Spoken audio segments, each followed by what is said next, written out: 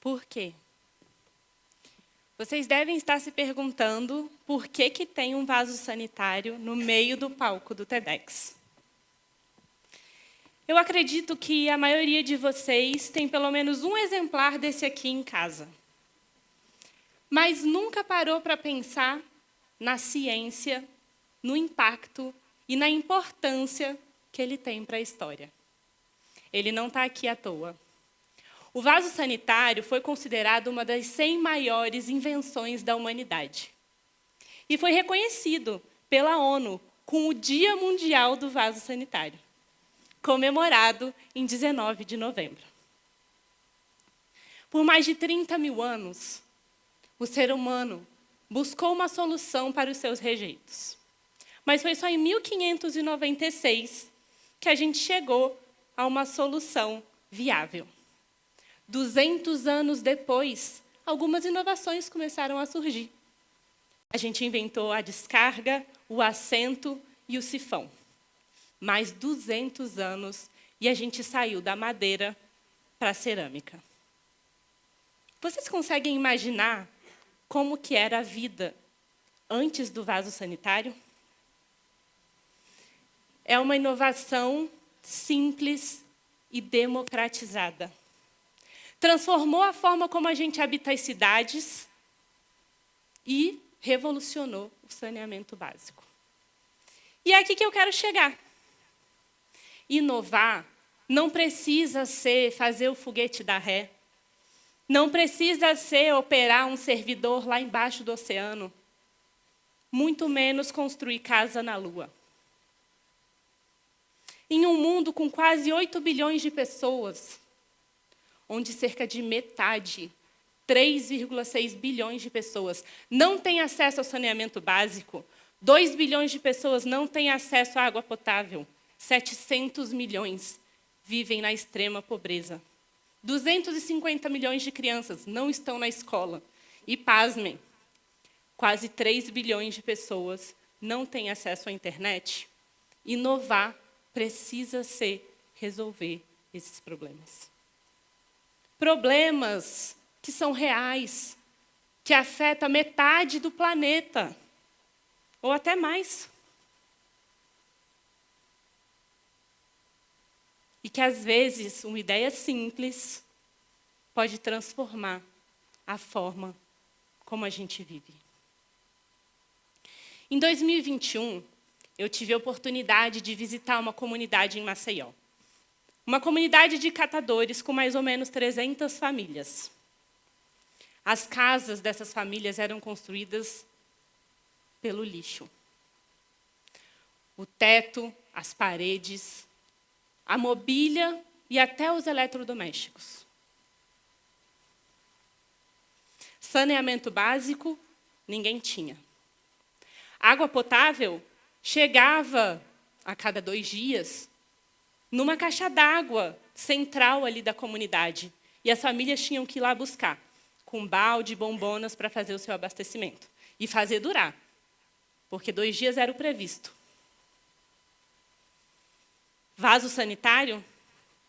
Algumas famílias até tinham, mas eram muito poucas. Só que ele servia só como assento, porque não tinha esgoto, não tinha encanamento, não tinha descarga. A maioria das famílias faziam seus rejeitos em um buraco no chão. Dá para imaginar viver assim? 2021, depois do pico da pandemia, o mundo estava mudando e eu também. Eu senti na pele um dos maiores erros cometidos pelos empreendedores. Se apaixonar pela ideia, se apaixonar pela solução, pela tecnologia que você passou 10 anos desenvolvendo. E não se apaixonar pelo problema que você está querendo resolver. Foi por isso que a gente mudou o nosso slogan para a startup que está construindo o mundo do futuro. Mas como é que a gente ia fazer isso? Foi então que eu juntei as peças do quebra-cabeça e entendi que, para eu conseguir cumprir essa missão, eu precisava entregar moradia digna, segura, financeiramente acessível e sob medida para todos. E mudar um pouco a forma como a gente vê a habitação de interesse social, não só no Brasil, mas no mundo. E aí eu resolvi criar um laboratório voltado para a inovação em habitação e seus arredores.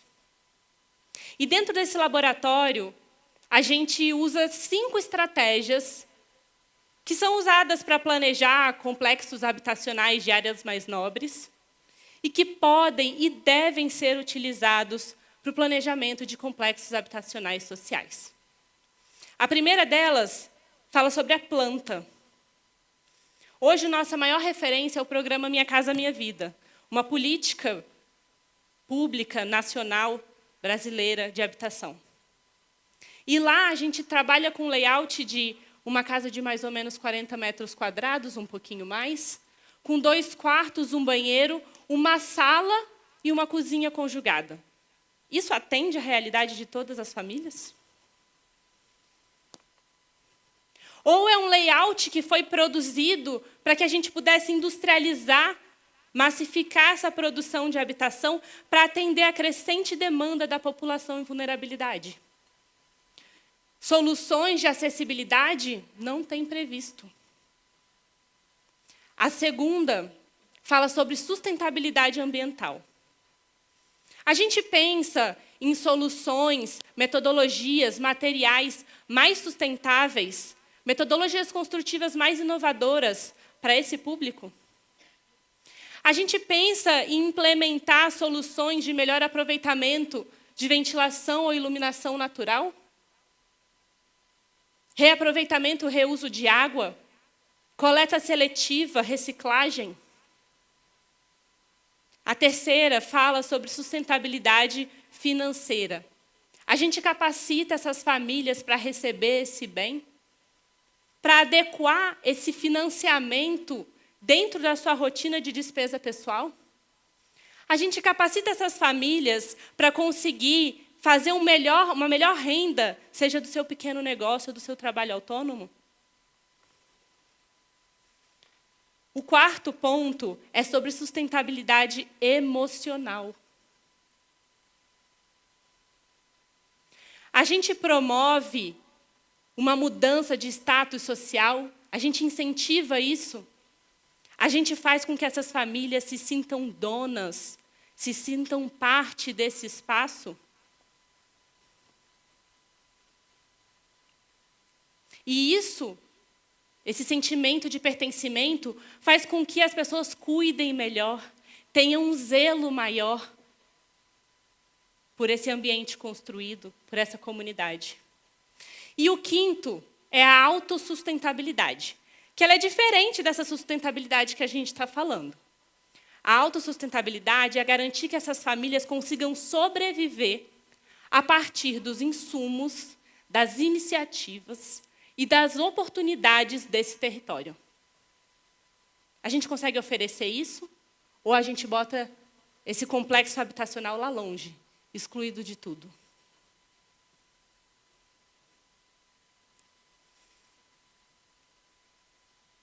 A gente trouxe esse conceito para revolucionar um pouco. Por quê?